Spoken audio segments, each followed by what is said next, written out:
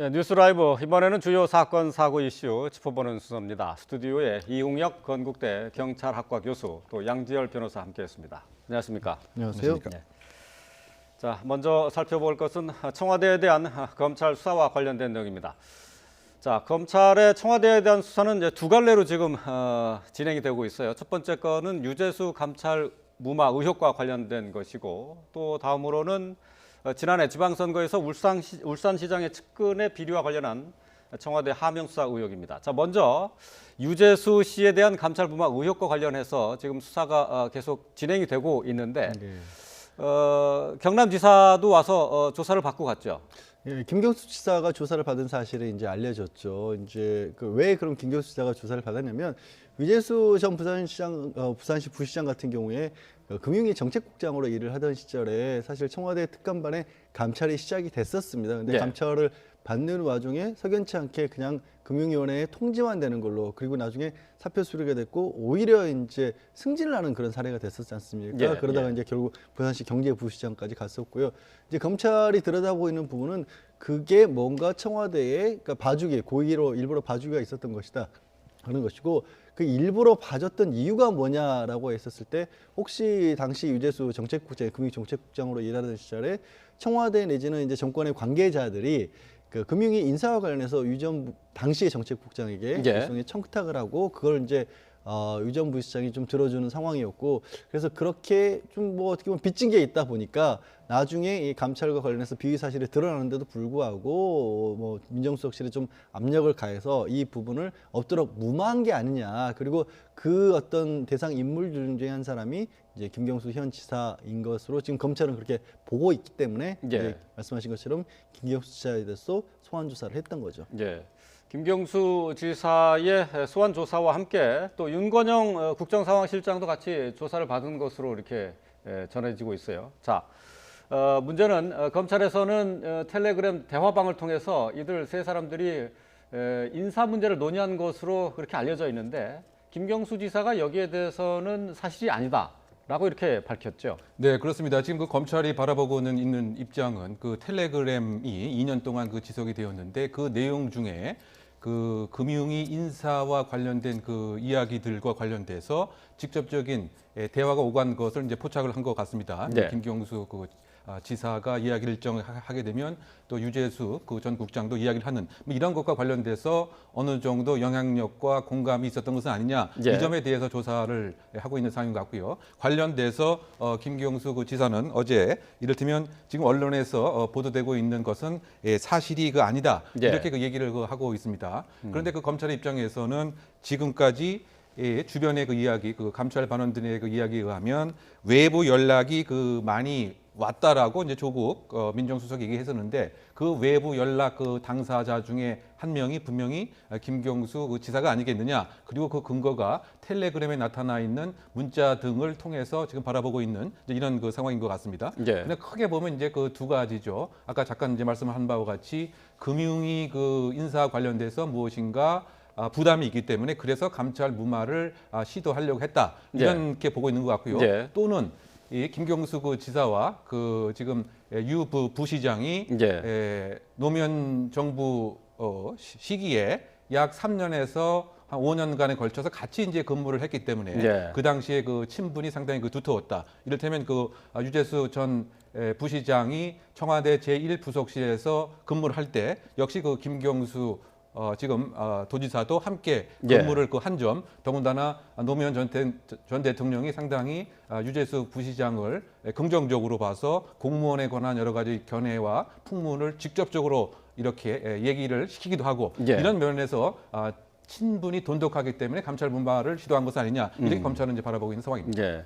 유재수 씨 감찰 무마 의혹과 관련해서 청와대에서 당시 근무를 했었던 박형철 반부패 비서관, 또 그리고 백원우 전 민정비서관, 그리고 천경덕 행정관까지 해서 일단 관련자들은 수사를 모두 받은 상황이에요. 네, 그렇죠. 이제 백운호 민정비서관이나 이제 박형철 방부패 비서관 같은 경우에는 당시 이제 감찰의 직접적인 그 원래는 이제 주체가 됐어야 될 예. 입장이었는데 그 부분에서 감찰을 제대로 안 했다. 그리고 그렇게 안 한 이유가 뭐냐라는 부분이고 청평대 경우 같은 경우에는 이제 그 유재수 금융위 정책국장과 함께 어떻게 보면 그 본인이 직접적으로 그 인사청탁 같은 걸 했던 게 아니냐라는 예. 그런 지금 의혹을 받고 있는 거고요. 사실 근데 이제 지금 이런 부분들에 대해서 당사자들의 의혹을 어느 정도 인정하는 부분 내지는 부인하는 부분들도 있는데 이게 그 아까 김경수 지사 같은 경우에는 언론에서 보도된 부분이 사실과 다르다고 했지 예, 않습니까? 예. 그런데 지금 검찰에서 나온 얘기는 텔레그램의 메시지 내용을 다 정리한 걸 가지고 있다는 거예요. 그러면 이거는 만약에 부인할 수 없는 어떤 객관적인 물증이라면 저 말씀 자체가 있을 수가 없는 거거든요. 그래서 그게 검찰에서 나온 얘기만 봤었을 때는 100페이지 가량의 뭐 그 전부 다 대화 내용이 기록돼 있기 때문에 그게 명확하다라는 것처럼 보였지만 그런데도 불구하고 그걸 사실을 부인한다라면 그거는 어떻게 보면 이제 보는 관점 자체가 다를 수 있는 게 아니냐. 그러니까 검찰에서는 이게 어떤 청탁성으로 볼 수 있는 것이고 또 김경수 수사 같은 경우에는 그런 어떤 청탁이 아니라 이제 금융위와 관련된 인사 조치를 취하는 과정에서 문의 같은 것들은 또 자연스럽게 있을 수도 있는 거기 때문에 예. 어떤 부분인지가 좀 필요할 것 같고 다만 지금 이제 반부패 비서관이나 민정비서관 같은 경우에는 이 조국 당시 민정수석과 또 이 유재수 정책국장에 대해서 감찰 내용을 논의를 했다는 거 아니겠습니까? 예. 그래서 감찰 예. 수위를 어느 정도까지 가야 될지를 가지고 그런데 그게 이제 중단된 부분을 검찰이 들여다보고 있는 건데 그러면 이 시점에서는 아마 검찰은 그때 당시까지 나왔던 감찰 결과만 놓고 봤었을 때도 지금 유재수 전 부시장은 구속이 돼 있는 상황이죠. 그 지금 그만큼의 어떤 비위가 드러나 있는데도 불구하고 만약에 감찰도 하지 않았고 인사조치도 취하지 않았다면 명백하게 이건 직권남용의 가능성이 높기 때문에 그때까지 올라왔던 부분들이 얼마만큼이나 어떻게 보면 감찰 내용이 비위가 드러나 있었느냐를 하나를 볼 것이고 거기에 더해서 이제 계속 나오는 게 그게 감찰을 중단한 게 외부의 어떻게 압력 내지는 영향력 때문이었다고 보고 있으니까 그렇죠. 과연 정말로 그런 것 때문에 그런 결정을 한 것이냐 그리고 있었다라면 어느 정도의 압력의 영향력이 있었길래 덮었어야 될, 그러니까 덮지 말았어야 될 사건을 덮은 것이냐라는 것을 이제 검찰이 보겠다는 거죠. 예. 자, 뭐 결국은 조국 전 민정수석에 대한 조사가 불가피한 상황인데요. 자, 조 전 장관은 정상적인 절차에 따라서 유재수 씨에 대한 감찰을 중단했다라고 얘기를 했었습니다. 다시 한번 그 내용 들어보죠. 첩보를 조사를 한 결과 그 비첩보 자체에 대해서는 근거가 약하다고 보았습니다. 그래서 민정비서관실의 책임자인 백원우 비서관에게 금융위에게 통지하라고 제가 지시했습니다. 네. 자, 지난해 12월에 있었던 국회 운영위원회에서 발언한 내용인데요. 자, 조국 전 장관이 자기가 직접 지시를 했다라고 얘기를 했어요. 근데 백원우 전 민정비서관이나 박형철 반부패 비서관 같은 경우 그러니까 조국 전 장관이 지시를 했다라고 그렇게 진술을 했다고요. 그렇죠. 어떻게 보면 지금 저 영상 자체가 어떻게 보면 자백 아닌 뭐 자백이 된 상황이죠. 왜냐하면 감찰 중단 지시는 조국 전 민정수석이 했다.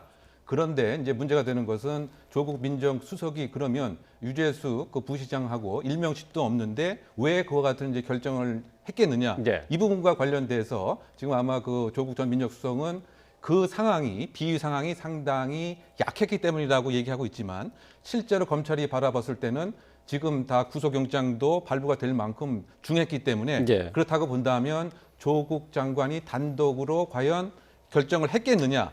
그보다는 조국 장관 위에 있는 또 다른 지시가 있었기 때문에 예. 왜냐하면 유재수 부시장과 일명식도 없다고 한다면 무엇인가 다른 외압이 분명히 있었을 것이다. 그래서 조국 장관에 대해서 그 소환이 아마 이번 주 내에 이루어진 상황에서 그것을 이제 확인하려고 하는 입장이 아닌가 그 생각이 되는데요. 예. 사실은 그 조국 전 장관의 입장에서도 상당히 난감할 수밖에 없는 상황에 봉착됐다고 생각됩니다. 만약 그대로 본인이 그야말로 감찰 무마를 지시했다고 한다면 어떻게 본다면 이것은 직권남용의 혐의 스스로를 인정하고 자백하는 꼴이 되는 것이고 예. 그렇다고 만약에 그 조국 전 장관의 윗선에 관한 연관성까지 얘기한다고 한다면 이것은 사실은 청와대의 그 중요한 의사결정권자에게 어떻게 보면 연계성을 주는 네. 이런 것이기 때문에 아마 그 조국 전 장관의 입장에서는 이것에 있어서는 진술 거부권을 분명히 행사할 가능성이 크지 않겠는가. 예. 이것을 입증할 수 있는 것이 과연 지난번 청와대 그 압수수색을 통해서 일정한 감찰 보고서라든가 문건이라든가 또는 그 안에 있었던 청와대 내의 PC 등을 통해서 과연 확보가 되었었던 것인지 그렇다고 본다면 이번에 그 조사 상황에서 과연 묵비권을 적절히 행사할 수 있을 것인지 이것도 사실은 주목을 해야 할 부분이라고 보입니다. 예.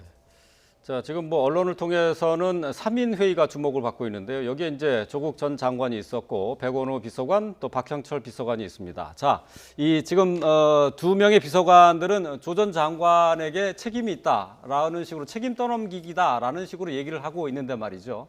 어쨌든 조 전 장관도 자신이 감찰 중단을 지시했다라고 얘기를 했기 때문에 그 부분은 이미 뭐 받아들이는 게 아닌가 싶어요.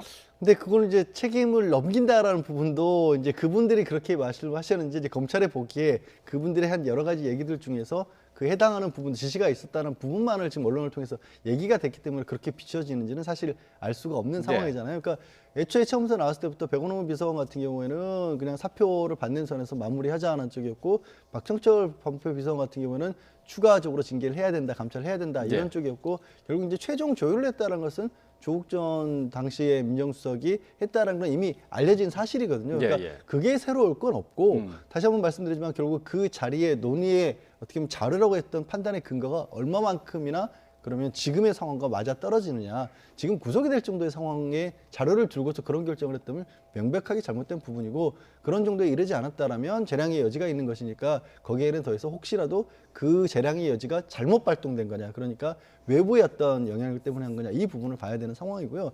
또 당시 민정수석 같은 경우에는 회의를 통해서 얘기를 했다고 하고 두 사람은 지시라고 하지만 또 이게 결국에는 최고 결정권자는 민정비서관이었기 때문에 그게 아주 상충하는 것도 아닌 거거든요. 그 회의 결과라고 하지만 최종 결정은 또 민정수석이 하는 거기 때문에 그럼 그게 정말로 본인의 자의였는지 판단의 근거는 뭐였는지 이런 부분들은 또 조국 전 장관의 어떤 조사를 통해서 밝혀져야 할 부분입니다. 근데 좀 석연치 않은 부분이 감찰이 중단된 것이 이제 조 전 장관의 지시라고는 하지만은 그 전에 유재수 씨에 대해서 휴대전화 포렌식도 지시를 했고 이제 수사를 일단 지시를 했단 말이에요. 근데 갑자기 결정이 바뀐 거예요. 이 부분은 어떻게 해석해야 됩니까? 그 부분도 같이 다른데 그 유재수 씨의 포렌식 결과가 지금 100건가량이 있다는 거 아니겠습니까? 그걸 바탕으로 해서 지금 사실은 이 수사를 검찰에 다시 하고 있다는 건데 그럼 거기에 과연 또 무슨 내용이 들어있는지를 모르니까 그거를 먼저 제가 지금 파악을 해야 되는 게 아니냐라는 말씀을 드린 거죠. 그 상황만으로 봤었을 때도 이거는 명백하게 뇌물 사건이다라고 본다면 거기서 중단한 것 자체가 잘못된 일인 거고요. 그걸로는 정확하게 알 수는 없지만 뭔가 좀 문제가 있다. 근데 거기에 이제 더해서 조국 당시 민정수석은 개인 비리와 관련된 부분이 나왔기 때문에 중단시켰다라는 얘기도 했지 않습니까? 그럼 그거는 아직 안 나오는데 과연 어떤 내용이었길래 그냥 감찰을 중단시키는 게 맞다는 판단을 했는지도 또 해명을 들어봐야 되는 거죠. 조국 전 장관에 대해서는 이번 유재수 씨 감찰 무마 의혹과 관련해서 조만간 검찰 소환 조사를 받지 않겠느냐 하는 언론의 보도가 잇따르고 있습니다. 자, 다음 주제로 넘어가 보겠습니다. 청와대 하명수사 의혹과 관련한 것인데요. 지난해 6.13 지방선거를 앞두고 김기현 전 울산시장 관련 의혹으로 수사를 받았던 박기성 전 비서실장이 이틀 연속 검찰에 나와서 조사를 받았어요. 네, 그렇습니다. 사실은 이제 그 박 비서실장은 황운하 대전지방경찰청장을 고발인의 그 신분이기도 합니다. 따라서 그 당시에 그 울산의 비서실장으로 있으면서 그 혐의 자체가 건설업체와 유착이 돼서 여러 가지 그 비리가 분명히 있었다고 하는 뭐 직권남용 혐의였는데 결과론적으로는 검찰에서 무혐의를 받게 되었습니다. 그래서 그 황운하 청장에 대한 고발이 이루어졌기 때문에 과연 그 당시에 그 수사 상황은 어떻게 됐는지, 즉 울산 경찰에서 어떠한 수사가 이루어졌었던 것인지, 그리고 그와 같은 맥락에서 경찰이 과연 어떠한 일종의 그 압력과 일정한 활동이 있었던 것은 어떻게 알고 있는 것인지에 대한 조사가 분명히 있었던 것 같고요. 그 관련돼서 지금 박기성 그 비서실장은 수사를 통해서 분명히 선거에 개입을 하려고 했던 것이 분명하다 이런 입장을 계속 얘기한 것 같습니다. 그렇다고 본다면 황운하 청장이 일정한 입장을 내야 된다 이런 입장을 계속 얘기하고 있는 것 같고요. 뿐만이 아니고 지금 울산 사람들은 이제 다 알고 있다라고 송병기 부시장이 얘기를 했지만 사실은 그와 같은 비리 자체는 세상 사람들이 울산에서는 잘 알지 못하고 있었기 때문에 이것은 기획성이 다분하다. 더군다나 지금 송병기 부시장이 차명을 사용해서 이를테면 참고인 조사를 받은 것도 무엇인가 경찰과의 유착이 아니냐 이런 입장을 지금 검찰 조사에서 밝히고 있는 상황이고요. 검찰은 그와 같은 맥락과 경위가 어떻게 되었는지를 지금 찾고 있는 입장으로 조사가 이틀 동안 이루어졌습니다. 자, 관련해서 최초 제보를 했고 또 그리고 2분짜리 기자회견까지 했었던 송병기 현 울산시 경제부시장 역시 지난주 금요일 날에 검찰이 전격적인 압수수색을 한 뒤에 바로 불러서 조사를 했어요. 그러니까 압수수색을 자택에서는 하고 있었고 그 시간에 이제 송 부시장은 검찰에 소환 조사를 예. 출석을 하고 조사를 하고 있었죠. 결국에는 본인이 그 얘기를 이제 본인은 뭐 얘기하기를 말 정도로 했었다고 했고 또 그냥 당시에 떠도는 어떤 여론이란 것을 정리한 정도라고 했는데 예. 그게 정말 그게 사실관계가 맞느냐 아니면 추가적으로 더 알고 있었던 건 없느냐. 무엇보다 이제 압수수색을 하게 될 경우에는 그 자료도 자료지만 과연 이제 청와대 쪽과 더 추가적으로 주고받은 내용은 없느냐가 더 핵심이겠죠. 그러니까 예. 단순하게 지금 뭐 청와대에 있는 행정관과 기존에 알고 있는 상황에서 지역 여론을 전달한 차원이 아니라 그 이후에도 추가적으로 혹은 뭐 경찰 쪽으로도 직접적으로 연락이 됐다든가 이런 부분이 나온다면 지금 검찰이 가지고 있는 의혹이 더 사실에 맞을 가능성이 높아지지 않습니까? 그런 부분들을 확인하기 위해서 이제 지금 수사를 한 거고 다만 이제 이게 참 경찰과 검찰 사이에 어떻게 보면 갈등으로 또 추가적으로 예. 번지고 있는 게 그 지금 얘기한 어떤 당시에 김기현 전 시장의 비서실장을 조사를 한다라는 것은 결국 경찰을 형사적으로도 잘못했다. 그러니까 예. 없는 사실로 수사를 했다는 직권남용까지도 들여다보겠다는 거거든요. 그래서 예. 이게 또 검찰과 경찰의 전면적인 충돌로 이어지지 않을까 그런 부분까지도 지금 상황이 번지고 있습니다. 예. 뭐 두 분께서 말씀하신 것처럼 이미 이 송 부시장 같은 경우 기자회견을 통해서 지역에 이미 잘 알려진 내용을 전한 것이 그 제보의 전부다 이렇게 얘기를 했는데요. 송병기 부시장과 그 배경이 의심스럽다고 박기성 전 실장은 주장하고 있습니다. 자, 양측의 주장을 들어보도록 하겠습니다. 울산시 전반에 대한 얘기를 나누다가 시중에 떠도는 김기현 시장 측근 비리가 언론과 시중에 많이 떠돈다는 일반화된 내용 중심으로 이야기를 나누었습니다. 최소한의 제 사건이 뭐 언론 보도에 한 줄이라도 어떻게 나와 있어야 되지 않겠습니까? 그죠? 배경을 봐줬는 사람이 분명히 있을 거라고 저는 합리적으로 의심하고 있습니다. 네, 두 사람의 얘기를 들어봤는데요. 결국 2017년 하반기에 과연 경찰의 조사 내용이 이미 지역에 그만큼 널리 알려져 있느냐? 박기성 실장 같은 경우는 전혀 그것이 아니다라는 주장이에요. 네, 그렇죠. 그러니까 그 송병기 부시장의 입장은 이것은 하나의 울산 지역에서는 누구나 알 수 있는 공지의 사실이었고 따라서 특별한 첩보의 가치가 있다라기보다는 그냥 하나의 그 사회적인 풍문 같은 것을 누구나 다 아는 사항을 그 얘기를 예. 했다. 뭐 이런 입장인 것 같습니다. 근데 과연 지역 신문에 이와 같은 이슈가 나왔는지 또는 많은 울산 시민들이 정말 이것을 알고 있었는 건지 그것은 사실은 이제 그 언론에 나와 있는 신문의 보도가 사실은 중요한 이제 척도가 아닌가 이렇게 생각이 되는데 어쨌든 그 입장이 상당히 그 대립되고 있는 것은 하나의 중요한 선거 기획으로서의 단서가 되었느냐 이제 이 여부가 아닌가 이렇게 생각이 됩니다. 그래서 이것과 관련돼서 과연 지금 문모 행정관에게 전달된 그 내용 자체가 일반적인 풍문과 공지에 불과했던 것인지 만약에 설령 그렇다라고 하더라도 문모 행정관이 일정한 편집과 또는 가공을 해서 경찰청 등에 이첩을 했다라고 한다면 이것은 사실상 또 다른 하나의 그 압력과 종용과 무엇인가 무언의 영향력 행사의 모습이 분명히 그 될 수가 있기 때문에 결국은 이 청와대에서 어느 정도 편집을 했느냐 이것이 가장 이제 중요한 초점이 아닌가 이렇게 생각이 되고요. 다만 이제 경찰청의 입장에서는 직접 소위 말해서 경찰청에서 가공을 하거나 이런 사실이 없었다 이렇게 얘기를 하고 있기 때문에 이 수사의 그 핵심은 사실 어렵지 않다고 생각됩니다. 즉 받은 문건과 처음에 제출한 문건이 과연 무엇이 같고 무엇이 다른지. 그래서 이것을 이제 확인할 수 있다고 한다면 지금 논의가 되고 있는 누구나 알 수 있는 사실인지 아니면 여기에 특정한 목적과 의도를 갖고서 일정한 내기들을 첨가했는지를 식별낼 수 있지 않나 생각됩니다.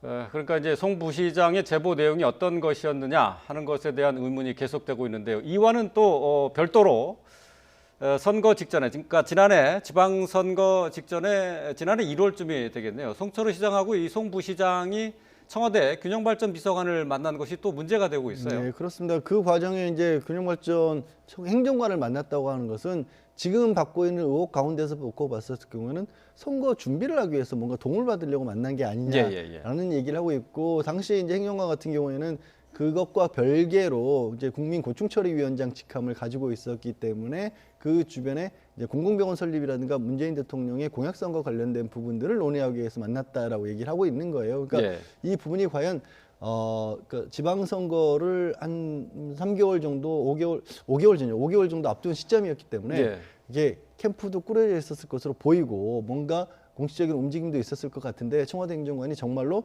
아무것도 모르고 만났느냐 예. 아니면 정말 그러니까 글자 그대로 지금 야당이라든가 아직은 이제 검찰에서 이 부분까지 수사를 하고 있지 않으니까 정치적으로 이건 뭐 선거 개입과 관련된 부분이라고 해서 만난 것이냐 이 부분도 새로운 뭐 의혹이 될 수가 있는데 이제 이런 것들이 제기되는 이유가 이제 처음에 시작된 수사 자체가 그러니까 선거 개입 관련된 수사를 하다 보니까 그 시점에 어떤 일들이 있었는지를 총체적으로 다 드러나서 보다 보니까 이런 것들도 하나의 봐야 될 부분으로 이제 거론이 되고 있는 거죠. 제가 앞서서 뭐 균형발전 비서관이라고 했는데 이제 행정관도 바꿔주셨어요. 장모 행정관을 만난 건데 네, 말이죠. 네, 맞습니다. 네, 선거 직전이었습니다. 그러니까 선거가 이제 6월에 있었는데요. 1월에 만난 거예요. 장모 행정관을.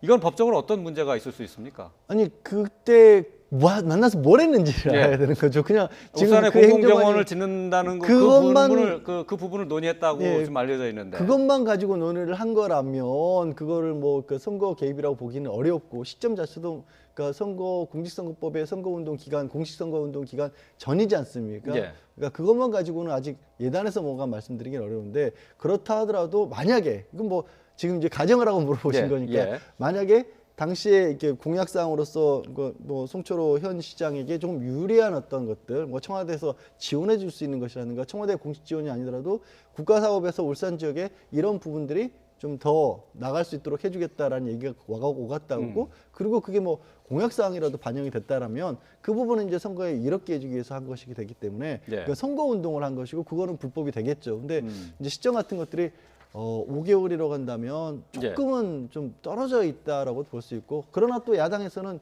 이것도 분명히 문제가 있다라고 보고 있어서 이제 만약에 단서가 나온다면 어떤 예. 식으로든지 뭐 그러면 검찰에서도 들여다보겠지만 아직은 뭐라 판단하기가 좀 이른 것 같습니다. 아, 그래요. 이제 그 자리에서 어떤 얘기가 나왔느냐, 이건 뭐 조사를 더 해봐야 된다는 그런 그러니까 얘기죠. 지금으로서 조사 대상으로 삼기에도 예. 그러니까 뭐 다른 어떤 것들이 나오지 않는 한 덜컥 그냥 얘기만 나왔다는 것만으로 검찰이 수사할 수는 없는 거 아니겠습니까? 예, 알겠습니다.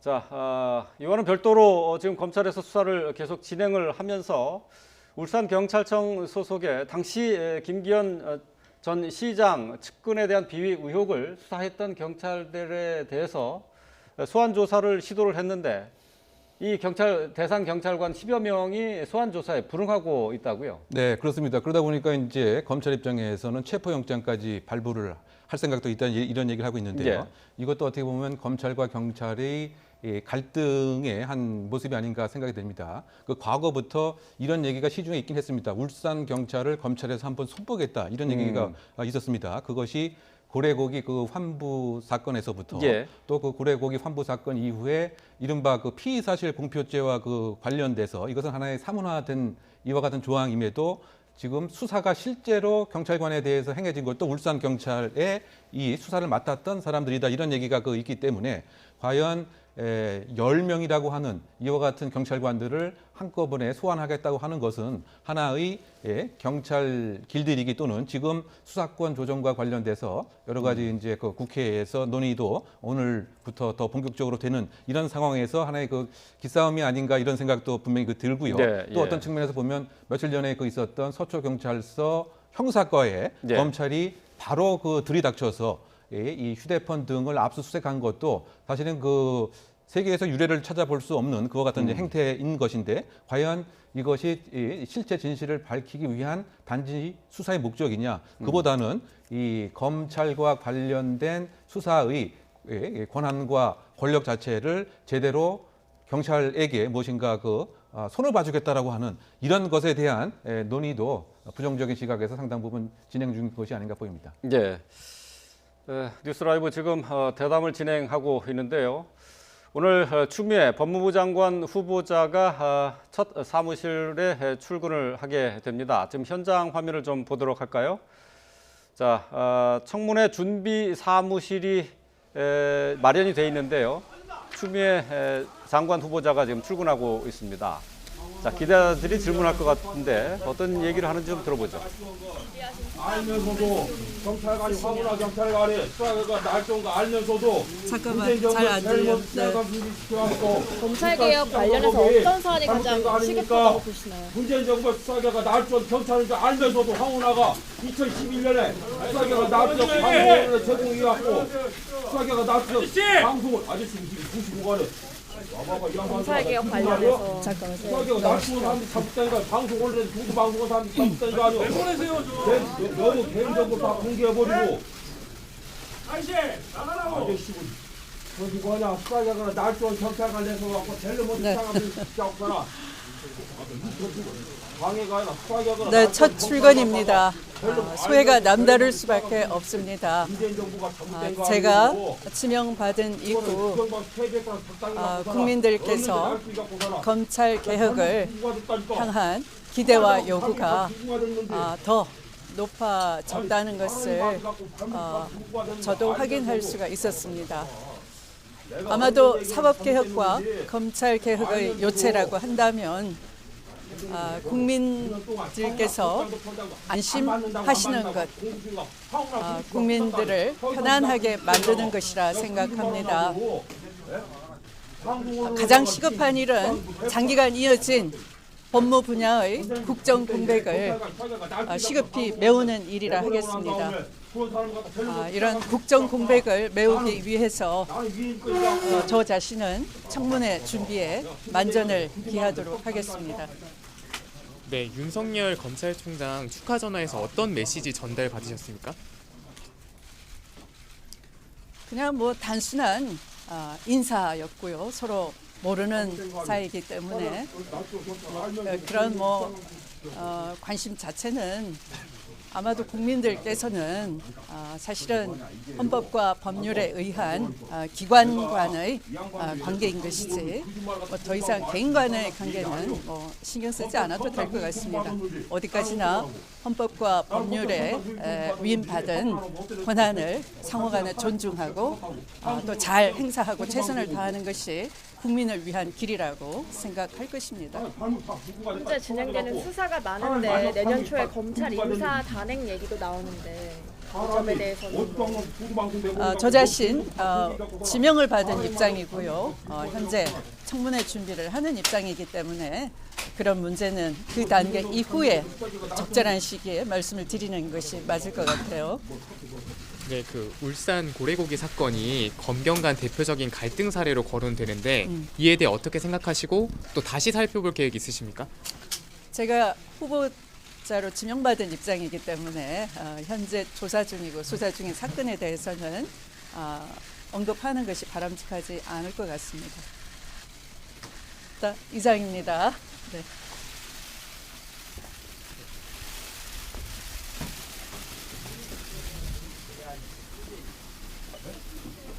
네, 추미애 법무장관 후보자가 청문회 준비단 사무실에 첫 출근하는 모습 함께 보셨습니다.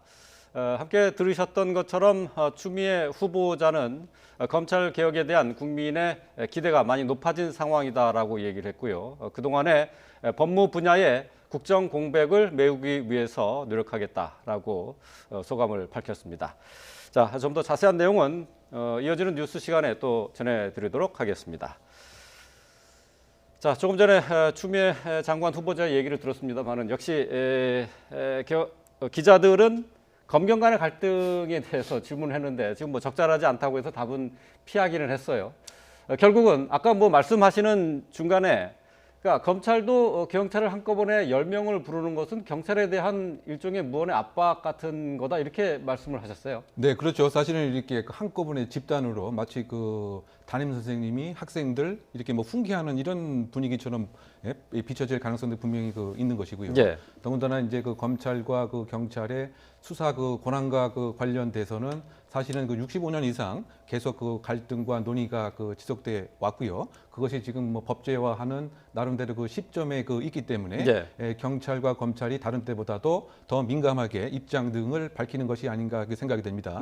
어쨌든 영장 청구권이 가장 이제 중요한 하나의 포인트가 되지 않는가 생각이 됩니다. 예. 그런데 우리나라는 유일하게 헌법에 영장 청구권이 검사가 갖는다고 이렇게 규정되어 있는 그렇죠. 유일한 이제 그 나라입니다. 그러다 보니까 이번 그 예를 들면 휴대폰 압수수색과 관련돼서도 헌법에 있는 영장 청구권을 적극적으로 활용한 것이 아닌가 이런 생각이 드는데요. 어쨌든 그 국제 표준에 그 비추어 봐서는 우리나라의 그 검찰에 관한 수사 권한은 이른바 그 검사 주도적 제왕적 구조다. 뭐 이렇게 그 평가가 됩니다. 예. 왜냐하면 수사의 그 이를테면 개시, 진행, 종결 또 기소에 있어서 재량권, 행정권 예. 모든 것을 다 독점하고 있기 때문에 이것을 세계 표준에 맞는 어떤 그 선진화 또는 분업화, 책임과 견제와 통제라고 하는 국제 표준에 맞는 이 사법 구조로 바꾸어야 할 이런 시점이 아닌가 이렇게 생각해 봅니다. 네. 자, 영장 청구권을 이제 검찰이 갖고 있는 유일한 나라라고 뭐 얘기를 했는데 지금 경찰에서는 계속 신청을 하고 있어요. 영장 신청을 2번 해가지고 2번 다 퇴짜를 맞았어요. 또 할까요? 뭐 재신청도 할 수도 있다라고 보는데, 그러니까 이미 경찰에서도 사실은 그게 검찰을 경유해야 하는 상황이고 검찰이 네. 가지고 있고 또 법적으로만 따져놓고 본다면 어쨌든 법원에서 이 상황에 대해서 수사를 해보라라고 법원이 이제 휴대전화를 가져갈 수 있도록, 그러니까 경찰이 가지고 있도록 허락을 해놓은 상황이기 때문에 예. 법원이 그걸 뒤집기는 사실 어렵다는 건 아마 경찰도 잘 알고 있을 겁니다. 그럼에도 불구하고 이 검찰의 조치 자체가 사실 처음 저도 이런 경우를 들어본 적이 없어요. 예, 예. 그러니까 어떻게 이렇게까지 경찰에 대해서 불신을 대놓고 표출을 하느냐라는 항의 차원에서 뭔가 조치를 취하고 있는 거기 때문에 그건 뭐 정치적인 어떤 의미로서 이런 모습을 또 보여줄 수도 있지 않은가. 그러니까 예. 경찰 입장에서는 당연히 지금까지 어떤 뜻밖의 죽음이 있었을 경우에 그 주변을 찾아보는 거는 경찰의 업무였고, 또 지금 구조적으로 경찰로서는 검찰이 뭔가를 요청을 했었을 경우에 좀 들어줄 수밖에 없는 구조인데 예. 그럼에도 불구하고 강제 수사권을 동원을 해서 이게 경찰이 보유하고 있는 것을 가져갔다라는 게 도저히 이제 받아들이기 어려운 상황이라는 거죠. 예. 그러니까 이 검경 간의 충돌이 좀 심해지니까 정치권에서는 검경 합동 수사단을 꾸미는 건 어떠느냐 뭐 이런 얘기까지 있었는데 이건 오히려 또 경찰도 별로 달가워하지 않는 것 같아요. 뭐 달가워하지 않는 이유가 지금 말씀드린 것처럼 현재로서는 검찰이 경찰에 대한 수사 지휘권을 가지고 있는 상황에서 합동 수사단을 꾸민다고 해도 결국에는 그냥 명분만 제공해 주는 예. 상도밖에 되지 않을 수 있지 않습니까? 그래서 저는 어떤 다른 방법이 있다라면 객관적으로 이 부분을 좀 볼 수 있는 거는 필요하다라고 생각을 하는 게 예. 어쨌든 검찰하고 경찰이 지금 충돌을 하고 있는 상황이지 않습니까? 그리고 경찰이 과거에 수사했던 부분에 대해서 검찰은 잘못했다라고 하면서 당시 수사 책임자에 대해서 수사까지 하고 있는 그런 상황인데, 그런데 어떻게 보면 그 상황을 판단할 수 있는 자료는 검찰만 볼 수 있다고 한다면 양쪽이 서로 이 상황을 잘 대립하고 보고 있는데 기초 자료는 검찰만 가지고 있는 상황에서 어떤 결론을 내놓든 간에 그것에 대해서 승복할 가능성이 낮지 않습니까? 또 예. 국민 입장에서 봤을 때도 검찰이 저렇게 판단하는 게 검찰만 100% 맞다? 뭐 검찰은 항상 옳고 경찰은 항상 틀리다라고 절대로 볼 수는 없는 거 아니겠습니까? 예, 예. 그런 의미에서 본다라면 검찰도 이 신뢰성을 확보할 수 있게 투명하게 어떻게 이 수사를 진행할 것인지는 좀 고민을 해봐야 되지 않을까. 검찰을 위해서도 그 부분은 필요하다고 생각합니다. 예, 알겠습니다.